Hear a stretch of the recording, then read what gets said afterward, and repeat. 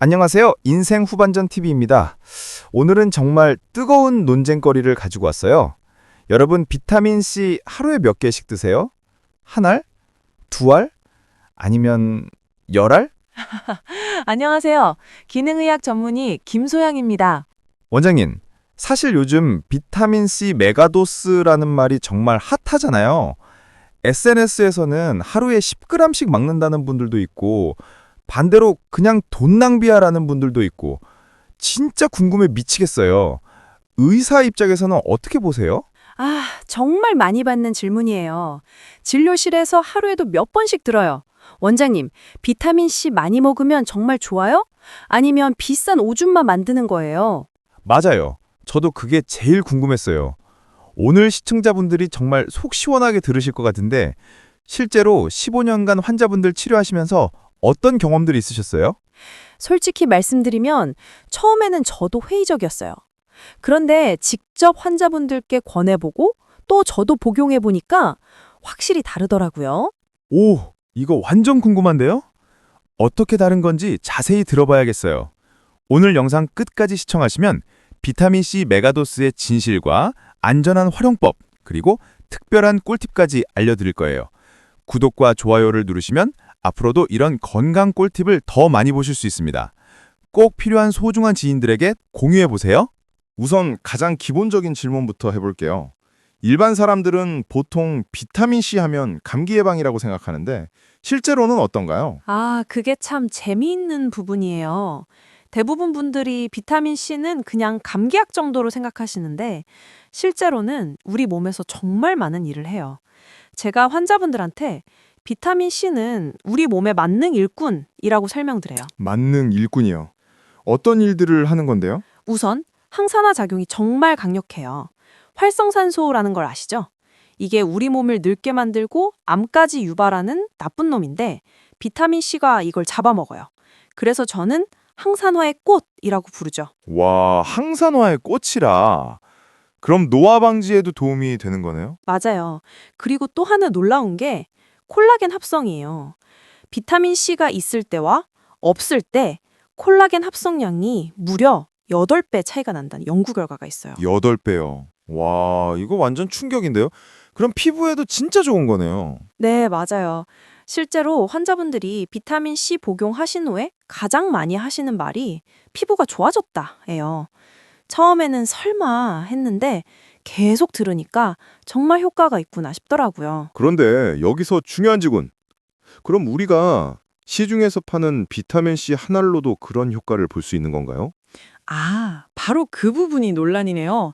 일반적으로 권장되는 양은 하루 75에서 100mg인데 메가도스를 주장하는 사람들은 하루에 6에서 18g을 먹어야 한다고 해요.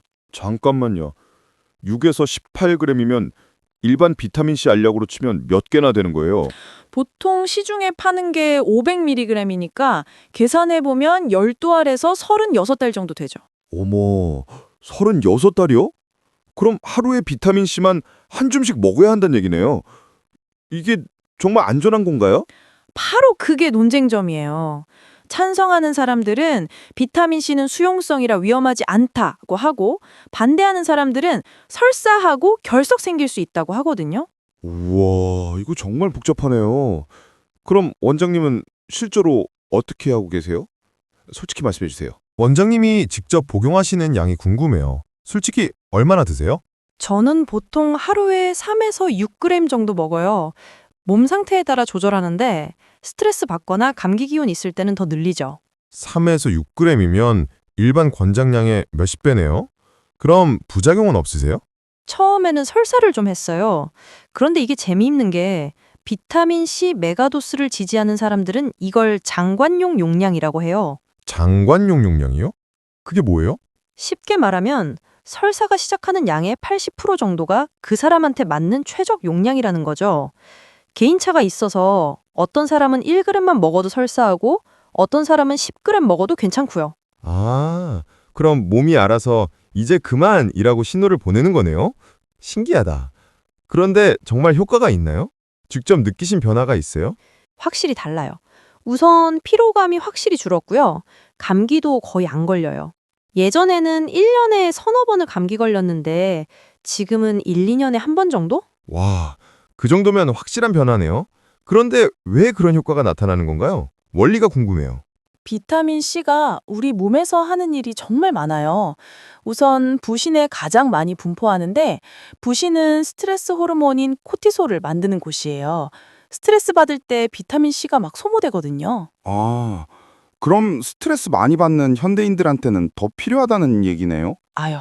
그리고 또 하나 중요한 게 도파민이나 노르에피네프린 같은 신경 전달 물질 만들 때도 비타민 C가 필요해요.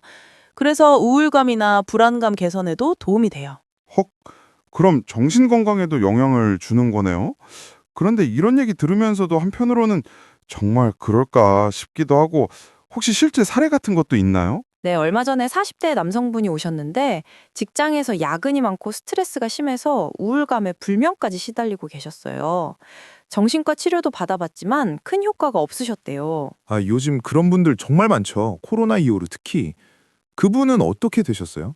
비타민C 하루 3g으로 시작했는데 2주 후부터 잠이 좀 오는 것 같다고 하시더니 한 달 후에는 아침에 일어나기가 한결 수월해졌다고 하시더라고요. 지금은 6개월째 복용 중인데 완전히 다른 사람 같다고 하세요. 우와, 신기하다. 그런데 혹시 연구 결과 같은 것도 있나요? 다문이 있죠. 라이너스 폴링이라고 노벨상 2번 받은 분이 계세요. 이분이 비타민C 메가도스의 아버지라고 할 수 있는데 감기 연구를 많이 했어요. 노벨상 2번이요? 와, 그럼 정말 대단한 분이네요. 연구 결과는 어땠어요? 폴링 박사 연구에서는 고용량 비타민C가 감기를 줄여준다고 나왔어요. 다만 논란이 있는 게 나중에 다른 메타 분석에서는 일반인 감기 예방 효과가 없다는 결과도 나왔거든요. 그럼 결과가 엇갈리는 거네요? 그럼 뭘 믿어야 해요? 제 생각에는 개인차가 크다는 것 같아요. 예를 들어 작년에 50대 주부분이 오셨는데 매년 겨울마다 감기로 고생한다고 하셨어요. 손자들한테서 감기가 옮고 한 번 걸리면 한 달씩 끌고 우리 어머니도 그러세요. 손주들 보시면서 맨날 감기 달고 사시는데. 그분한테 하루 2g 권했는데 정말 신기하게도 그 겨울 내내 감기 한 번도 안 걸리신 거예요.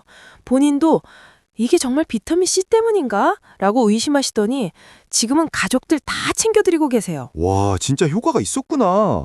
그런데 연구 설계나 대상자? 복용량에 따라 결과가 달라질 수 있고요.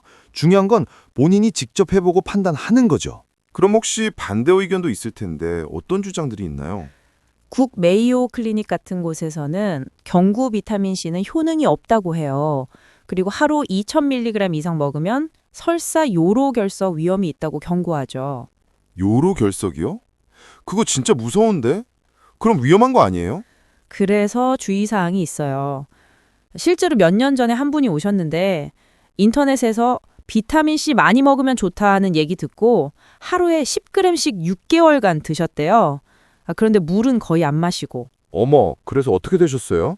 결국 요로 결석이 생겨서 응급실까지 가셨어요. 그래서 제가 항상 강조하는 게 물을 충분히 마셔야 하고 구연산이 풍부한 레몬즙이랑 같이 드시면 좋다고 해요. 그리고 마그네슘, 비타민 B6랑 같이 먹으면 결석 위험을 80%까지 줄일 수 있다는 연구도 있어요. 80%요? 그럼 방법이 있는 거네요. 그런데 한 가지 더 궁금한 게 시중에 비타민C 종류가 너무 많잖아요. 천연이다, 합성이다. 어떤 걸 선택해야 해요? 아, 좋은 질문이에요. 천연 비타민C는 아세로라나 로즈힙에서 추출한 거고 합성은 옥수수 포도당에서 만든 거예요. 그럼 천연이 더 좋은 거 아니에요? 천연은 바이오 플라보노이드 같은 좋은 성분이 같이 들어있어서 흡수율은 더 좋아요.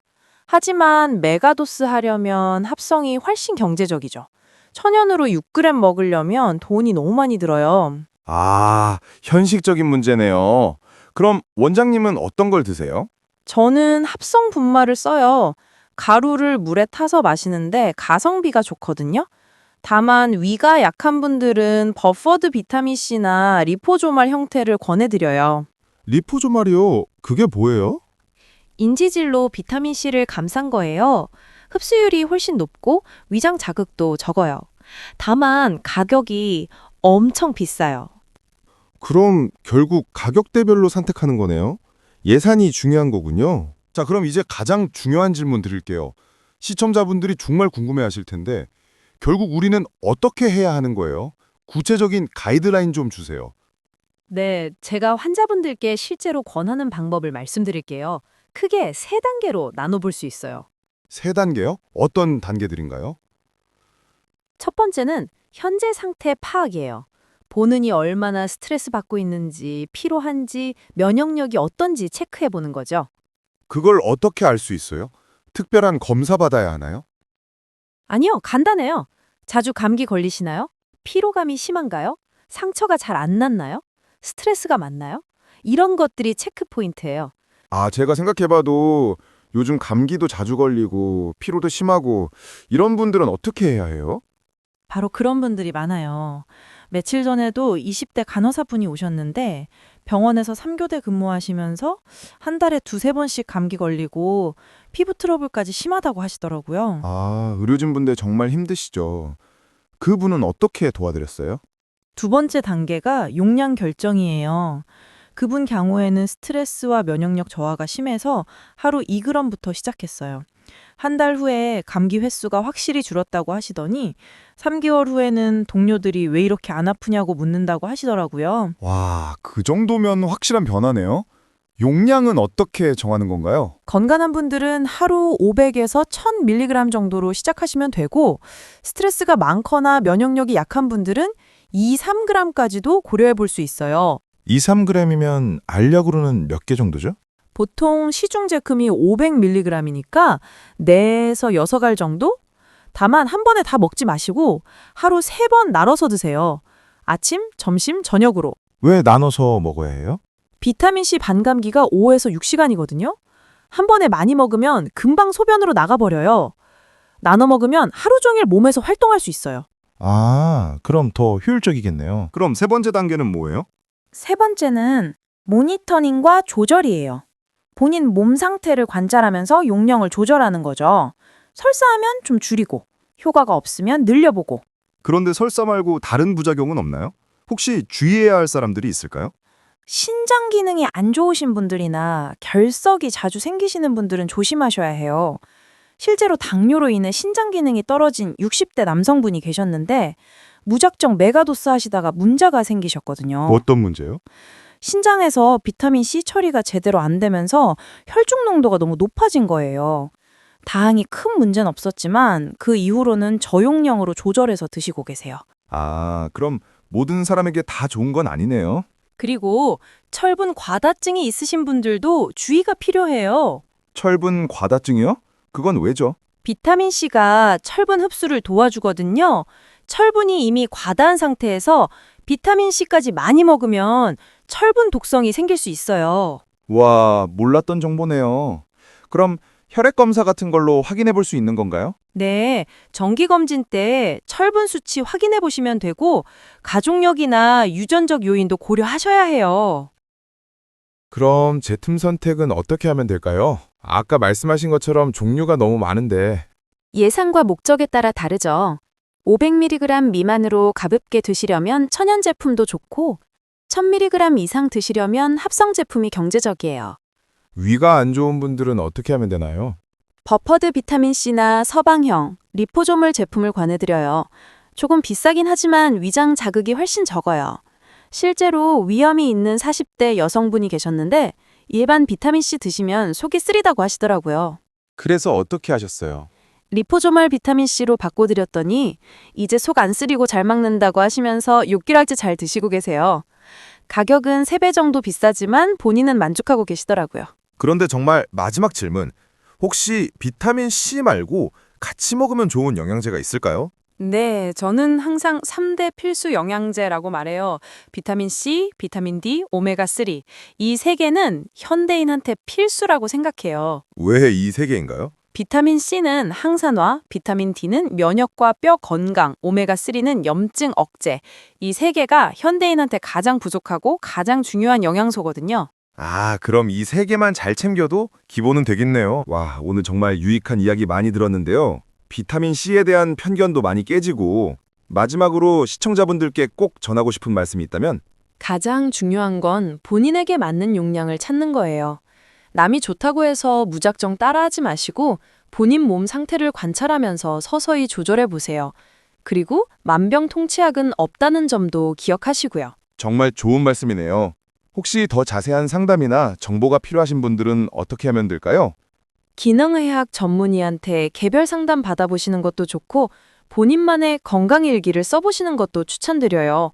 뭘 먹었을 때 몸이 어떻게 반응하는지 기록해보시면 패턴이 보일 거예요. 건강일기라 좋은 아이디어네요. 여러분도 오늘 이야기가 도움되셨다면 구독과 좋아요 꼭 눌러주시고 댓글로 본인 경험도 공유해주세요. 다음에는 비타민 D 이야기로 찾아올게요. 감사합니다. 감사합니다. 오늘 이야기 간단히 정리해 드릴게요. 비타민C 메가도스에는 찬반 논리가 공존한다. 개인별 최적 용량을 찾는 것이 핵심이다. 제품은 예산, 체질에 따라 선택하면 된다. 물 섭취, 분할 복용, 신장, 철분 상태 확인 같은 안전 수칙이 필요하다. 오늘 영상 보신 분들은 지금 바로 이렇게 실천해 보세요. 현재 건강 상태 체크하기. 소량부터 시작해서 점진적으로 증량하기. 하루 3회 분할 복용하기. 개인별 모니터링 및 조절하기. 전문가 상담 고려하기. 구독과 좋아요를 누르시면 앞으로도 이런 건강 꿀팁을 더 많이 보실 수 있습니다. 꼭 필요한 소중한 지인들에게 공유해 보세요.